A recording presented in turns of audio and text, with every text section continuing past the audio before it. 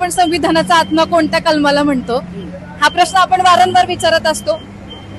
ते बऱ्याचशा लोकांना नाही अवेअर युवक आहेत बऱ्यापैकी, पण ज्यावेळेस आपण वयस्कर लोकांचा विचार करतो त्याच्यामध्ये जास्त अजून अवेअरनेस नाहीये. संविधानावर आधारित चालता बोलता हा पण आपण उपक्रम घेतो आणि त्याद्वारे आपण प्रश्नमंजुषेच्या माध्यमातून लोकांना संविधानाबद्दल किती माहिती आहे तर ते आपण जाणून घेतो. आणि जरी आपण असं म्हटलं की वयस्कर वृद्ध लोक, त्यांना एवढं तर निश्चित माहित आहे की भारतीय संविधानाचे जनक कोण आहेत, कुणामुळे हे संविधान आहे. पाऊले चालली पंढरी, गळा भेट घेती वारकरी, लेट्सअप संगे सजली आषाढी वारी. Jadhavar group of institute Pune प्रस्तुत अभंगवारी. महाराष्ट्राला भक्तिरसात डुंबविणाऱ्या आषाढी वारीचे खास वार्तांकन पहा फक्त लेट्सअप वर. माऊली रामकृष्ण हरी. मी सध्या वारीच्या वाटेवर आहे आणि खंडेरायाच्या जेजुरीमध्ये आहे. वारकरी संप्रदाय हा वाचन करणारा आहे आणि त्याची चिकित्सा करणारा आहे. वाचन करावं आणि ज्या पुस्तकावर, ज्या संविधानावर आपला संपूर्ण देश चालतो ते संविधान आणि त्याची माहिती असावी, यासाठी बार्टी या संस्थेकडून संविधान दिंडी काढण्यात आलेली आहे. काय आहे संविधान दिंडी आणि या दिंडीच्या मार्फत वारकऱ्यांना ते काय संदेश देतात, काय सांगतात, हेच मी त्यांच्याकडून जाणून घेणार आहे. माझ्याकडून माझ्यासोबत बार्टी संस्थेच्या अधिकारी आहेत. मॅडम, काय संकल्पना आहे, कितवी वारी आहे? हे आपलं 5वं वर्ष आहे संविधान दिंडीचं. या संविधान दिंडीचा मुख्य उद्देश हा आहे की जनमानसांपर्यंत संविधानातील जी मूल्य आहेत, आपल्याला अधिकार तर माहीतच असतात, हक्क माहीत असतात, संविधानातील जी कर्तव्य आहेत आणि संविधानाबद्दल जनजागृती व्हावी, हा उद्देश आपला संविधान दिंडीचा आहे.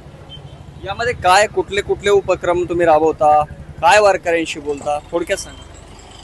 आपण संविधान दिंडीमध्ये संविधानावर आधारित गीत गायनाचा कार्यक्रम पण असतो आपला, ज्याच्या गीतांच्या माध्यमातून आपण संविधानाबद्दल जनजागृती आपण सर्वसामान्यांमध्ये करतो. त्याचबरोबर आपण संविधानावर आधारित चालता बोलता हा पण आपण उपक्रम घेतो आणि त्याद्वारे आपण प्रश्नमंजुषेच्या माध्यमातून लोकांना संविधानाबद्दल किती माहिती आहे तर ते आपण जाणून घेतो आणि त्यामध्ये जे विजेते असतील आपण त्यांना संविधानाचं पुस्तक आपण भेट स्वरूपात देत असतो. याचबरोबर आपण संविधान उद्देशिकेचं वाचन पण घेत असतो. दिंडी जिथे जिथे थांबलेली असते तिथे जाऊन किंवा आपल्या या संविधान रथाच्या सोबतच आपण संविधान उद्देशिकेचं वाचन घेतो आणि संविधानातील मूल्य, संविधानाबद्दल प्रबोधन आपण या संविधान दिंडीच्या माध्यमातून करत असतो. तुम्ही आता बोलताना म्हणाले की आम्ही जाणून घेतो की संविधानाबद्दल त्या लोकांना किती माहिती आहे वारकऱ्यांना, तर माझा तोच प्रश्न आहे, किती माहिती आहे, काय निरीक्षण? आपण असं म्हणूयात की संमिश्र स्वरूपाचा, कारण आपण बघितलं तर दिंडीमध्ये लहान थोर सगळेच असतात. तर आपण बघितलं तर युवा वर्गामध्ये संविधानाबाबत जागरूकता दिसून येते आणि जरी आपण असं म्हटलं की वयस्कर वृद्ध लोक, त्यांना एवढं तर निश्चित माहित आहे की भारतीय संविधानाचे जनक कोण आहेत, कुणामुळे हे संविधान आहे, असं एक बेसिक नॉलेज त्यांना आहेच. फक्त आपण तेच बघत असतो आणि अजून आपण त्यांच्यामध्ये संविधानाची जागरूकता निर्माण करत असतो. असे कुठले प्रश्न आहेत की तुम्ही ते प्रश्न विचारता पण त्याचं उत्तर अनेक वारकऱ्यांना बहुतांशी येतच नाही?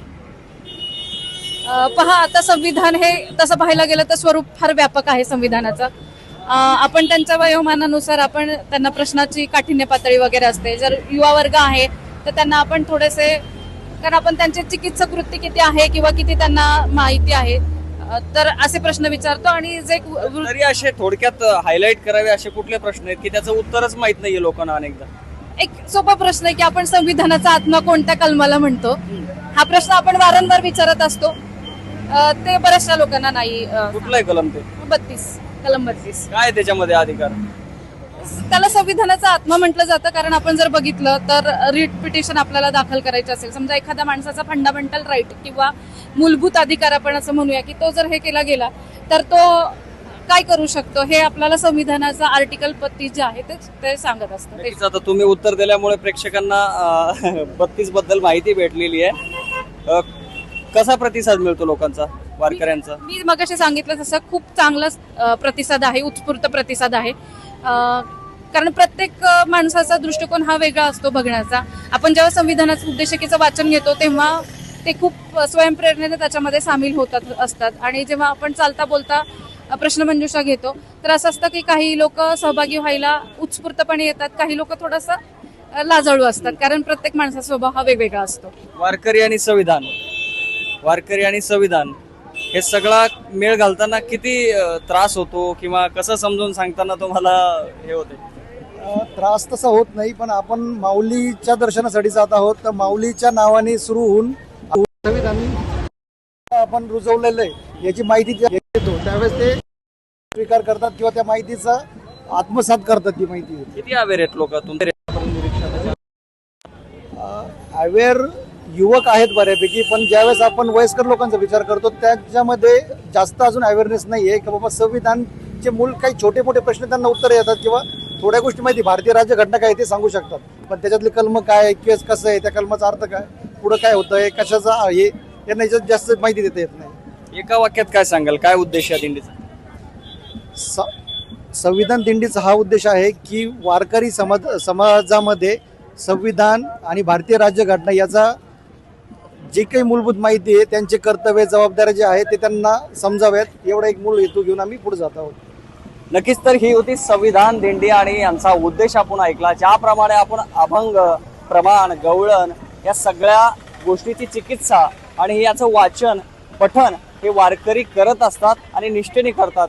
मात्र ज्या ग्रंथावर, ज्या संविधानावर आपला संपूर्ण देश चालतो ते संविधान वाचणं किती गरजेचं आहे, कारण ते संविधान आपल्याला कर्तव्य तर सांगतंच, अधिकार देतं आणि काही आपल्या जबाबदाऱ्या असतात त्या सुद्धा पार पाडायच्या असतात, जे की आपल्या देशासाठी महत्त्वाच्या असतात. त्यामुळे ही संविधान दिंडी आणि त्याबद्दल त्यांच्या अधिकाऱ्याने आपल्याला माहिती दिली. Vishnu Sanap, let's up Marathi, Jejuri. Social मीडियाच्या भाऊ गर्दीत विश्वासार्हतेने चकाकणारे नाव म्हणजे लेट्सअप मराठी. सगळ्यांना, सगळ्या नागरिकांना ती स्पीच, ती लेट्सअप वरील मुलाखती म्हणजे विचारांचा खजिना. त्यानंतरच्या निवडणुकीमध्ये मला सोडून गेले. बातम्या केवळ वस्तुस्थिती सांगणाऱ्या, न प्रोपगंडा, फक्त जनतेचा अजेंडा. क्योंकि आने वाला कल जाने वाला है, जाने वाला कल आने वाला है. राजकारण, मनोरंजन असो की क्रीडा क्षेत्र, महाराष्ट्राची स्पंदने संवेदनशीलतेने टिपणारे माध्यम म्हणजे लेट्सअप मराठी. जगासोबत एक पाऊल पुढे राहण्यासाठी लेट्सअपचे ॲप, सोशल मीडिया आणि वेबसाईट सोबत कनेक्टेड रहा.